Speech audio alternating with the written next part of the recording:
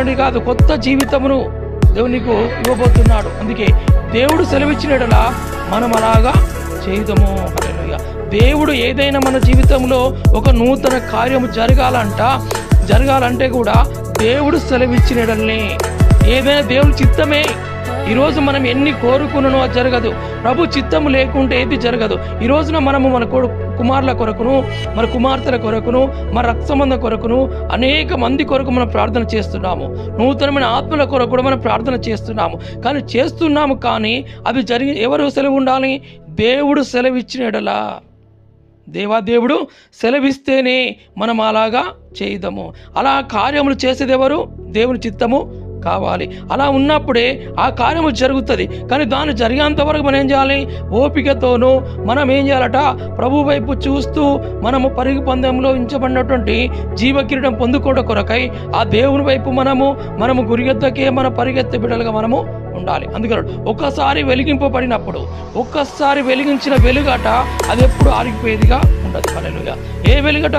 నిత్య జీవమునక వెలుగు దేవుడు నీలో వెలిగించుతున్నాడు కనుక నిత్య జీవం వెలుగున్నటువంటి వాడు ఇంకా గడిచిపోయిన జీవితం గురించి ఆలోచిస్తున్నంటే వాడు పాప స్వభావంతో నింపబడినటువంటి వాడు, సాతాను సంబంధి మాత్రమే.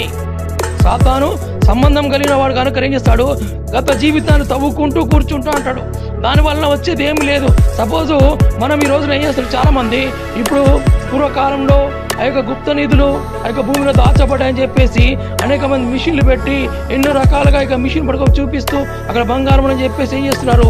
తవ్వుతున్నప్పుడట ఒక మనిషి కట తవ్వుతున్నప్పుడట చాలా లోతులు వెళ్ళినప్పుడు అన్ని బొక్కలు దొరికినాయట. హల్లెలూయా.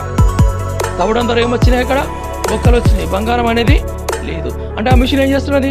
లోపల ఏది ఉన్నా కానీ అది సౌండ్ వస్తుంది అనేది దానికి ఉన్నటువంటి సిస్టము. ఆ యొక్క లోపల ఏమున్నది? మానవుని ఎముకలు ఉన్నాయి, దానికి ఏం చేసింది? అది సౌండ్ ఇచ్చింది. ఆ సౌండ్ అనేది బంగారంగా వచ్చని చెప్పి ఏం చేశాడు? తవ్వుతే అందులో బొక్కలు వెళ్ళి కానీ వేరే వెళ్ళలేదు. అందుకే నా ప్రియ సహోదరుడా, దేవుడు ఒక్కసారి నేను వెలిగించినాడు. నువ్వు వెలుగులో ఉండు. ఎందుకు చీకట్లో పోతున్నావు? నీ జీవితాన్ని చీకటిమయంగా చేసుకోకు. నువ్వు చీకటి వ్యక్తిగా మారిపోకు. దేవుని బిడ్డగాను ఆయన నిన్ను వెలిగించాడు. నీ వెలుగు 10 మందికి వెలిగిస్తుండాలి, కానీ నీ వెలుగు ఆరిపోదే దాకా ఉండకూడదు. అందుకన్నాడు పరలోక సంబంధమైన వరమును రుచి చూచి నువ్వు ఒక్కసారి నీ వెలుగు వెలిగించబడి నువ్వట పరలోక సంబంధమైనటువంటి రుచి కావాలి. ఏ రుచి కావాలి? ఈ లోకంలో మనమే వంట చేసుకుంటున్నాము. మనం తినే వంటలో ఏదైనా ఒక ఉప్పు కారం తక్కువ ఉంటే దాన్ని తినకుండా పక్క పెడుతున్నాము. కానీ ఇక్కడ దేవాదేవుడు తన వాక్యము నీకు ఇస్తూ ఏం చేస్తున్నాడు? మంచి రుచిని ఇస్తున్నాడు, వెలిగించాడు. కనుక నువ్వేం చేయాలి? పరలోక సంబంధం వరమును కలిగి ఉండాలి. ఆ రుచి నువ్వు చూసినప్పుడట పరిశుద్ధాత్మలో పాలివాడవైతావు.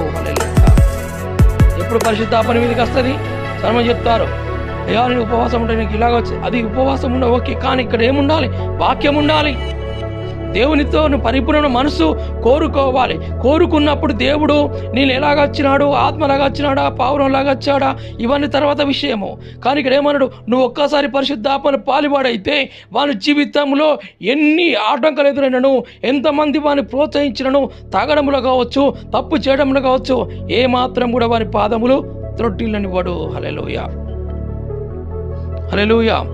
దేవాదేవుడు ఏమన్నాడు? ఒక్కసారి నీవేమన్నాడు? నీ వెలుగు ఎందుకు చీకటిగా మారుతుంది అంటే నువ్వు లోక సంబంధమైన బిడ్డగా ఉన్నావు. పరలోక సంబంధమైన ఆలోచన నీలో లేదు. పరలోక సంబంధమైన రుచి నువ్వు చూడలేదు. అందుకే నీకేం రాలేదు? పరిశుద్ధాత్మను పాలివాడవు కాలేదు. ఎందుకు కాలేదని నీ పాపం అలాగే ఉన్నది. ఎప్పుడైతే మన వ్యాధి బాధలో ఉన్నప్పుడు దేవుడు నన్ను క్షమించము, నా తప్పు క్షమించము, నా పాపమును క్షమించు, ఆ టైంలోనే ప్రార్థన చేస్తాం. కానీ మరి పరిపూర్ణంగా నీవు మంచి మనిషిగా ఉన్నప్పుడు ఎందుకు తప్పు చేస్తున్నాను, ఎందుకు నేను పొరపాటు చేస్తున్నాను, దాన్ని బట్టి నువ్వు ఒకసారి జ్ఞాపకము చేసుకోవాలి.